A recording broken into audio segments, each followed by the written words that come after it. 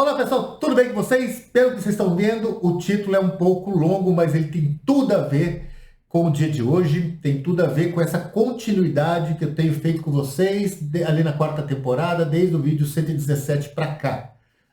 O que eu estou buscando?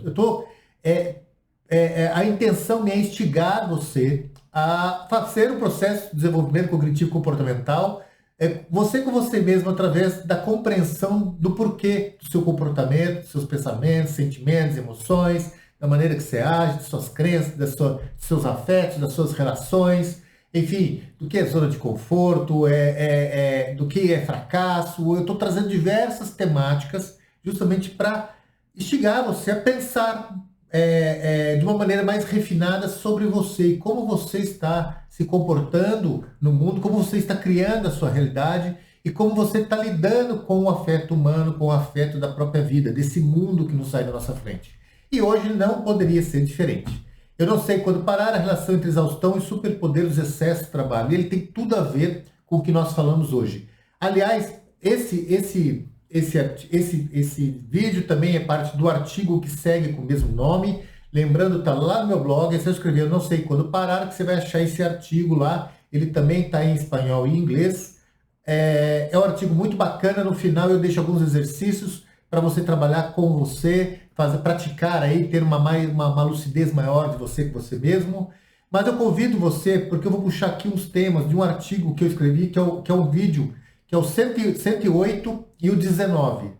O vídeo 108 e o 19. O 108 é a linha tênue entre o egocentrismo cognitivo, o egocentrismo emocional e a empatia, e o 19 que eu falo exatamente sobre a empatia. São dois vídeos muito bacanas, assistam. Por quê? Porque o egocentrismo emocional, ele é parte hoje do contexto para você entender por que as pessoas muitas vezes se perdem nos seus próprios excessos sem perceber. Ela entra dentro de um ciclo vicioso de trabalho, de potência, de produzir continuamente, claro, é relacionado ao trabalho, fundamentalmente, e ela chega a um ponto que ela não percebe isso, e quando ela percebe, ela já está num processo muito alto de estresse, quase beirando o estresse crônico. Quando eu escrevi esse artigo, eu escrevi justamente porque eu tinha naquela semana perdido um amigo de 42 anos, foi ex-cliente meu, foi um dos primeiros clientes meus, eu atendi ele acho que em 2012 como coach, e ele, quando eu escrevi esse artigo, ele fazia uma semana que eu fiquei sabendo, através de um colega em comum que nós temos, que ele tinha sofrido um infarto fulminante aos 42 anos. E ele era essa pessoa.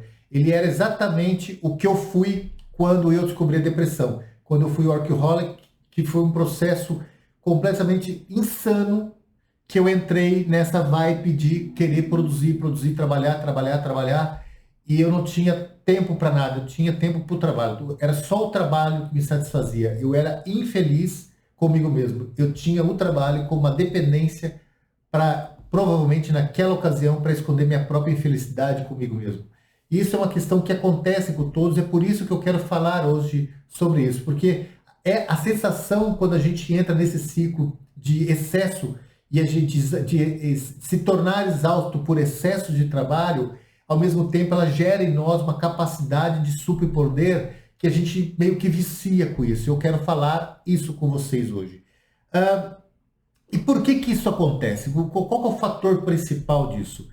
Primeiro que o trabalho, a gente pode até, e eu expliquei isso no vídeo de ontem, antes de ontem também expliquei um pouco sobre isso, nesse vídeo Aprendendo a Aprender, parte 1 e parte 2, eu trouxe um pouco dessa reflexão, que é justamente entender que nós, seres humanos, a gente nasceu para conquistar, para aprender, para desenvolver e para colocar isso para andar. A gente vive, a gente sente prazer, a gente antecipa muito prazer para nos sentir potente justamente todas as vezes, justamente para a gente sempre estar desafiando a nós mesmos. E esse desafio, essa condição de desafiar a si mesmo, quando ela começa a dar resultado, quando os seus desafios começam a ser vencidos, você vai se sentindo cada vez mais empoderado, cada vez mais poderoso, cada vez mais necessidade de maiores desafios. E aí você entra nesse ciclo contínuo de superpoder que você acha que tem. E aí você acaba desenvolvendo para aqueles que não conseguem perceber, que não conseguem olhar para si mesmo e falar, meu, deixa eu respirar aqui. Para quem não consegue isso, acaba entrando num ciclo, num vício de conquista, de desafio, conquista. E ele, quando ele olha para a volta, para ele o trabalho passa a ser a coisa mais importante. E aí é um sequestro sobre o prazer e sobre as questões emocionais. E o que acontece na nossa mente? Por que isso acontece na nossa mente? E hoje eu quero a gente detalhar um pouco disso, porque não é só a questão das cobranças do dia a dia, isso tem a ver, claro, com as questões econômicas, com as cobranças que a gente passa dia a dia, seja no contexto para sobreviver diante de tantas necessidades que a gente tem que pagar, que a gente tem que a gente se torna responsável, tem os contextos familiares, tem os contextos desde do fato de você ter condições para comer, para ter uma vida digna de bem-estar, ou seja, tudo isso é claro que isso vai exigir de nós a gente se desafiar e a gente produzir, e a gente está ali numa condição natural para buscar recursos a partir dos nossos esforços e justamente para a gente conseguir gerenciar isso. E tem também a necessidade do nosso crescimento. A gente, claro, tem a pressão do crescimento, e essa pressão é maior ainda quando a gente vive numa sociedade onde a gente meio que se apegou à necessidade do ter muito mais que o ser. Então é claro que também existe essa pressão. Existe a pressão da estabilidade dentro do trabalho. Você não está hoje seguro. Não importa o seu cargo, não importa o seu conhecimento, não importa quem você seja. Você não é uma pessoa segura, porque hoje as pessoas estão trocando muito rápido, dependendo da necessidade, da condição, dos valores que estão envolvidos em cada projeto, em cada trabalho, em cada empresa. Então, também há essa pressão de você tentar produzir o máximo, juntar o máximo para que você possa justamente manter uma estabilidade e um equilíbrio ali que você consiga observar 1, 5, 10 anos, como você vai fazer com o seu futuro, pelo menos um pouco mais à frente. Então, tudo isso é claro que isso vai gerando em nós essa condição de a gente ter que mergulhar e nos dar o nosso melhor para a gente poder ter de volta, de alguma maneira, algum ganho que tem a ver não só o ganho do prazer da nossa existência, mas também os ganhos financeiros. Claro que tudo isso envolve essa condição que eu explico desse empoderamento de estar ativo e estar produtivo e estar ali se internalizando dentro de um contexto onde o mais importante da sua vida é produzir, é trabalhar, é se envolver com o mundo, com esse mundo exaustivo de você estar dando ali o seu melhor e produzindo. Claro que tudo isso tem a ver, mas o porquê que você... Marcelo, beleza, eu tenho minhas responsabilidades, tenho minhas cobranças, mas o que mesmo me leva a você se tornar, por exemplo, você deu exemplo seu, que se trabalhava 16 horas por dia, por quê? Você tinha prazer? Você realmente tinha prazer com aquilo? É aí que a gente entra na neurociência. Não é só uma questão do prazer. No começo é muito bacana. No começo de todas as nossas conquistas, quando a gente começa a conquistar, a gente se sente super empoderado, a gente se sente com um poder máximo sobre nós mesmos, porque a gente está sentindo aquela utilidade sendo reconhecida, o sentimento de pertencimento, de reconhecimento, o reconhecimento das pessoas, e também de você, com você mesmo, que você é muito mais do que você imaginava sobre suas próprias capacidades produtivas. Então é claro que no começo é muito prazeroso, vai empoderando você vai mudando o seu estilo, seu modo de ser, seu modo de lidar com as coisas, você vai se tornando mais responsável, vai querer assumir outras questões, porque aquele momento é muito bom para você. Mas existe uma linha muito tênue entre esse superpoder e a exaustão. O problema é que o nosso cérebro, com tantas outras cobranças em volta, que não é só a produtividade, o resultado da produtividade, ele vai perdendo a capacidade de gerenciar nós com nós mesmos. A gente perde essa capacidade. E isso é onde está o problema. Eu vou explicar isso de uma maneira bem interessante aqui. Deixa eu só diminuir aqui. Eu faço as minhas colinhas, claro, vocês já sabem, justamente para eu não perder um segundo do que eu preciso falar de verdade aqui. e eu não faço produção, então isso aqui é um corrido. Vou mostrar aqui o nosso cérebro da minha Melzinha, da minha gatinha, que infelizmente morreu. Isso aqui é uma lembrança que eu tenho do cérebrozinho. Então eu vou pegar aqui o cérebro de uma pessoa, aqui são as duas partes. Aqui está o cérebrozinho de uma pessoa. Existem 4 partes fundamentais no cérebro, 4 partes fundamentais que têm a ver com sentimento, empatia e autogestão. E esses 3 andam meio que juntos, eles estão meio que combinam. Na verdade, são 3, não, 4. Emoção, sentimento, empatia e autogestão. Esses quatro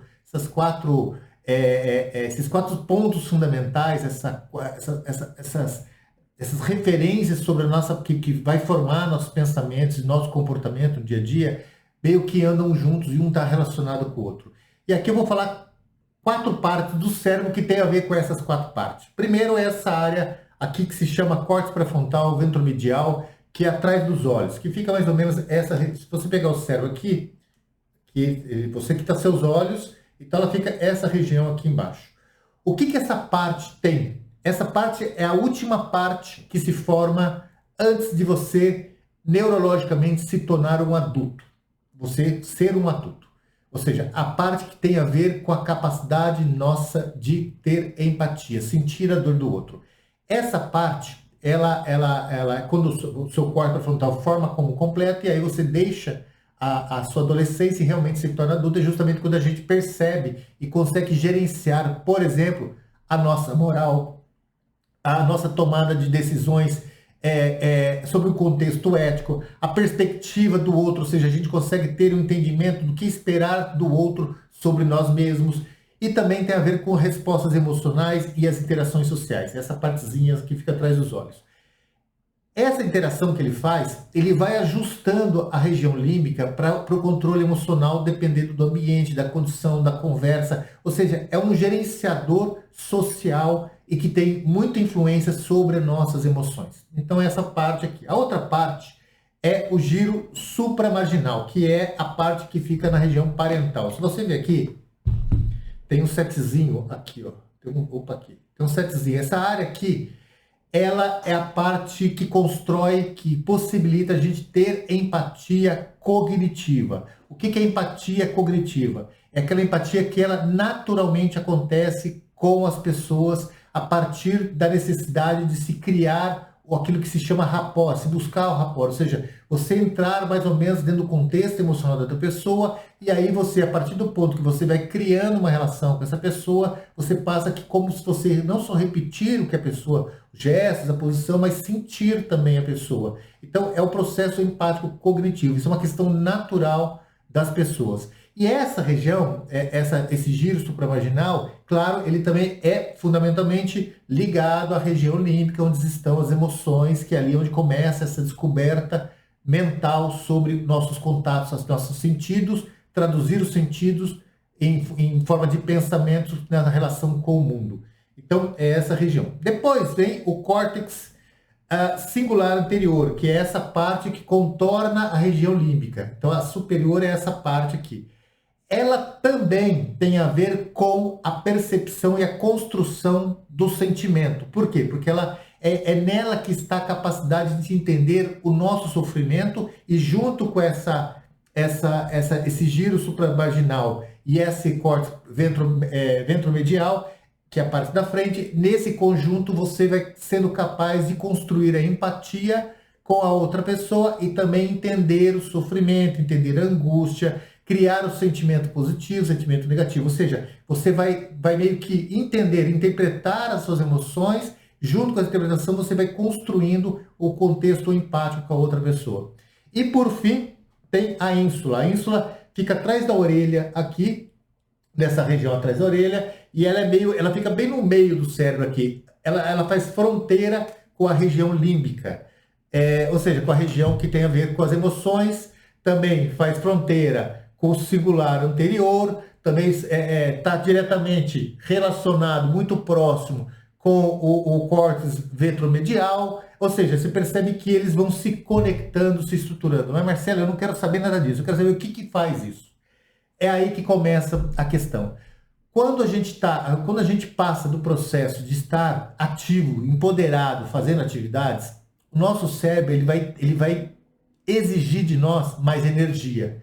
Não para o trabalho mental, mas para o corpo. Porque você está se exaustando, você está exigindo do seu corpo energia, demanda para aguentar você trabalhar suas atividades ali, 12, 8, 10, 12 horas, 15 horas, você está solicitando demanda. O problema é que há uma desestabilização pela quantidade ativa que você está. E essa quantidade ativa, essas regiões começam a perceber que precisa algo para que o sentimento se potencialize, que você não perca isso. E é quando começa o seu corpo mandar mensagens para a região límbica, falando para a sua emoção. Meu amigo, esse cara tá bombando aqui, algo tá acontecendo, tem algo aqui que não, acho que não tá muito bom. Então manda um pouco aí de adrenalina e vamos ver se a gente consegue manter esse status quo dele aqui, de ele tá produzindo. Aí começa a produzir, ele, ó, tá baixando de novo, vamos tentar cortisol, ou seja, começa a produzir cortisol. E nessas produções, por exemplo, desses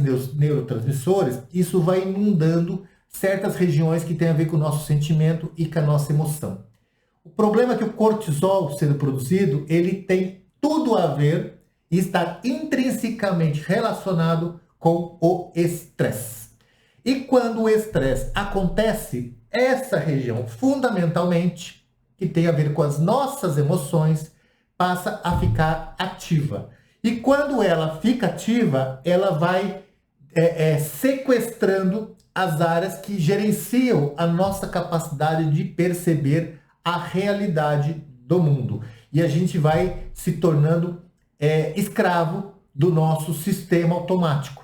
Ou seja, a gente vai perdendo a capacidade de fazer análise crítica sobre o que nós estamos fazendo e o que realmente está acontecendo, porque a gente está na pilha, está acontecendo e aquilo está pulsando em nós, produzindo adrenalina, produzindo cortisol e a gente está sequestrando a nossa capacidade assim, de entender, reconhecer a hora que é para parar, a hora que vamos respirar, vamos tomar uma água, vamos dormir um pouquinho, vamos descansar, a gente vai perdendo essa sensibilidade. E quanto mais a gente vai produzindo e a gente vai dando essa ordem, esse comando para o cérebro, que o normal, né, nosso é essa potência de agir, é nessa velocidade, é nessa condição, a gente está minimizando a capacidade sensorial dessas áreas cerebrais, que são áreas responsáveis de fazer a gente entender os nossos sentimentos e o sentimento do outro. E aí que entra aquilo que eu explico lá nesse artigo meu e no vídeo, a linha tênue entre o egocentrismo emocional e a empatia. É justamente quando a gente passa a construir, a constituir naturalmente o egocentrismo emocional. Ou seja, a gente não consegue entender mais o que é empatia. A gente não consegue mais ter essa capacidade porque a gente está num processo meio que de defesa com nós mesmos, para a produção, a gente meio que perde um pouco a noção de tudo, inclusive do tempo, da realidade, do que nós estamos fazendo com nós, do que nós estamos fazendo com o outro, da maneira que nós estamos nos relacionando, da maneira que a gente está construindo e está entendendo, interpretando os afetos humanos. Ou seja, a gente vai perdendo muito a noção da realidade. Mas, Marcelo, o que é o egocentrismo emocional? Houve ali por volta de 2000, comecinho de 2010, 2005, 2010, por aí, alguns neurocientistas perceberam, a teoria um pouco antes, mas a neurociência comprovou isso recentemente. A neurociência percebeu que a empatia, ela só existe em um momento entre duas pessoas. Um momento. Quando as emoções de uma delas está estável. Não é possível ter empatia com a outra pessoa se a sua emoção estiver em picos. Por exemplo, ou você está eufórico, ou você está muito animado, ou você está muito triste, ou você está com raiva, ou está com ódio, ou está com medo. Quando você altera a sua emoção, você não consegue ser empático com a outra pessoa. E é isso o egocentrismo emocional. É você achar que está sendo empático, você pensa que está sendo empático, mas você não está sendo empático, pelo contrário, você não tem lucidez do que você está fazendo com outra pessoa. Você pode até querer sentir a dor, mas isso é tudo uma arte que você cria para você mesmo. É uma interpretação inconsciente e não consciente. É uma interpretação que você faz meio que fantasiosa, meio que fantasma da relação com o outro, mas você não consegue ter o processo empático naturalmente como ele é. Para haver empatia, uma das pessoas tem que estar emocionalmente equilibrada. E aí esse é o sequestro que justamente que o estresse, que o cansaço, que os excessos faz, que essa euforia faz, ou essa condição de estar se sentindo super potente, agindo. É isso que acontece com a gente quando a gente começa a produzir cortisol e adrenalina, noradrenalina, enfim, certos neurotransmissores que têm a ver com essa capacidade de lidar com excessos, de lidar com riscos, com medo, com estado de alerta. Esses elementos principais, principalmente esses elementos, eles vão minando sobre certas áreas onde produz o sentimento e você perde essa sensibilidade, perde essa capacidade e aí você se torna uma pessoa apática. Você não consegue, mesmo que você tente, você não vai conseguir isso. Então é isso que acontece quando a gente está muito eufórico, quando a gente está muito potente. Por isso que o título de hoje é Eu Não Sei Quando Parar, a relação entre exaustão e superpoder de excesso de trabalho. Quando acontece isso, você perde a sua capacidade de gerenciar você mesmo. E isso é o grande problema que acontece de pessoas que entram num processo de percebe que está vendo ganhos com aquilo que ela está produzindo, e é do caraca isso, que é justamente nosso empoderamento no nosso dia a dia, é a gente conseguir vencer, lutar outro desafio, outro problema, vamos lá, vamos encarar, vamos de frente, e é isso que faz a gente ter potência no dia a dia, fazer a gente feliz, traz alegria, a gente acorda bombando, dorme bombando, e é isso que é legal para a vida, porque a gente vai encontrando um caminho que faz sentido para nós e aquilo torna alegrador demais para a gente querer parar. O problema é que quando isso vai indo e você vai também perdendo a sua autoconsciência, você se auto-observar, você sentir você mesmo, você parar, respirar, falar, opa, deixa eu pisar aqui que tá demais e isso custa caro. E aí acontece como esse amigo meu que morreu aos 42 anos por infarto fulminante, ou como foi comigo que eu mesmo quis dar fim a tudo isso de uma maneira muito trágica. Ou seja, a gente não pode, de vez em quando, a gente tem que parar para sentir. E é isso que importa o estado do agora.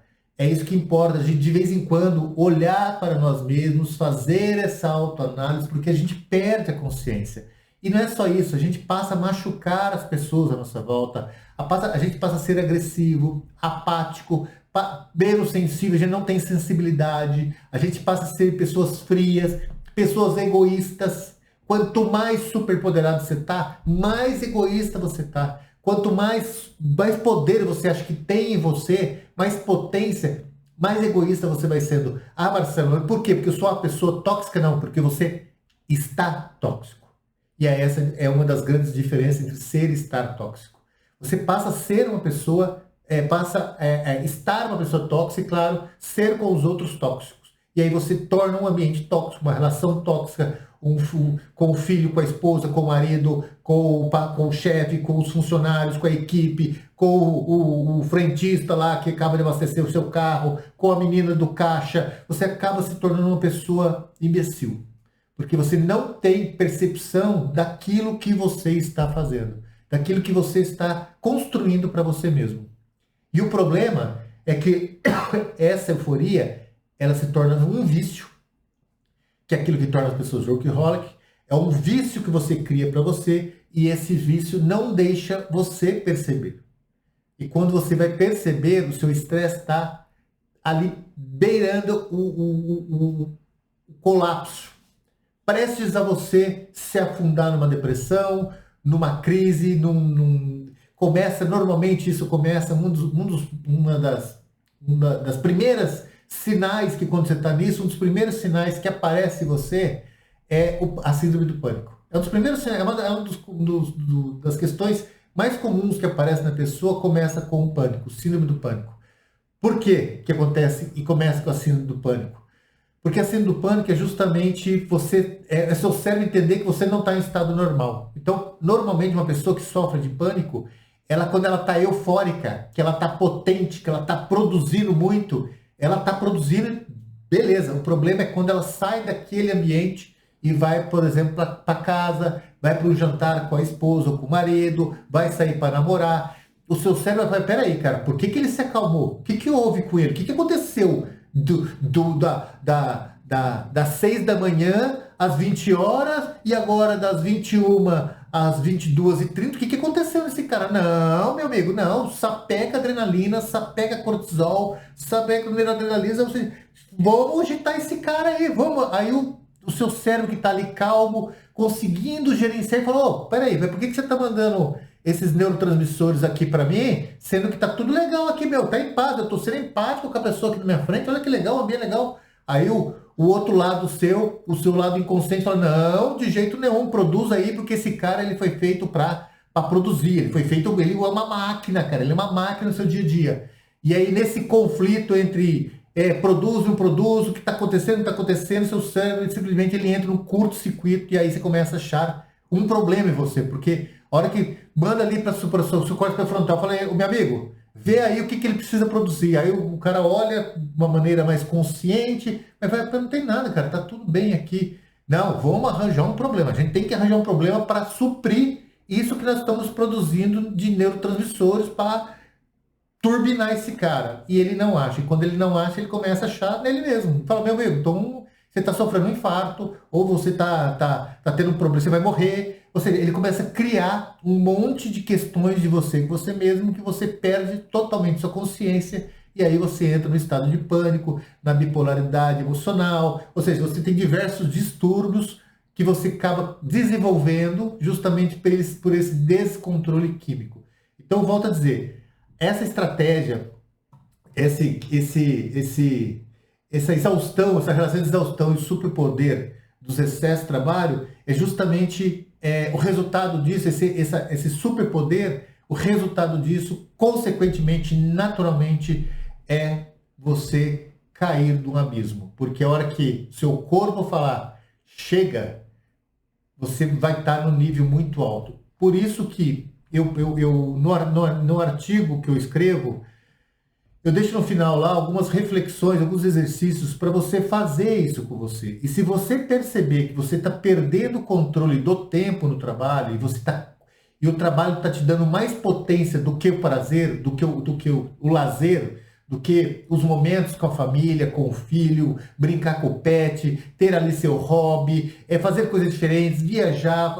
Quando você percebe que o trabalho tomou esse lugar, para e procura ajuda.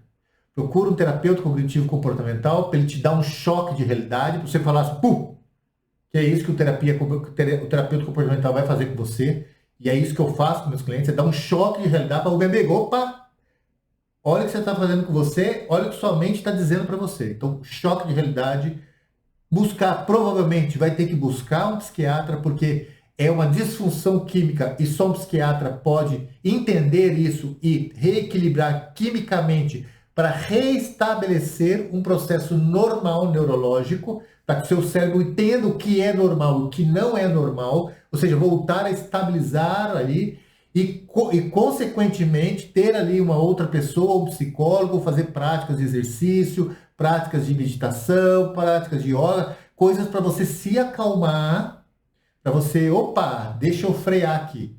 Sabe por quê, gente? Não vale a pena. Não vale a pena. Não adianta você... Eu até hoje não esqueço a minha psiquiatra falando, a doutora Sheila falando para mim: você vai ser o morto mais bem sucedido no cemitério. Com certeza, Marcelo, se você continuar assim, você vai ser o morto defunto mais bem sucedido no cemitério. Você vai ser o cara... você vai ser a pessoa mais bem-sucedida e isolada do mundo. E é isso que esse processo leva, esse dinamismo leva. Porque ninguém mais vai aguentar você, então você vai se isolar no mundo. Você vai ser a pessoa mais bem-sucedida, ao mesmo tempo mais isolada. Vai ser aquela pessoa que só vive para você e só você se aguenta. Ninguém mais vai conseguir fazer isso com você.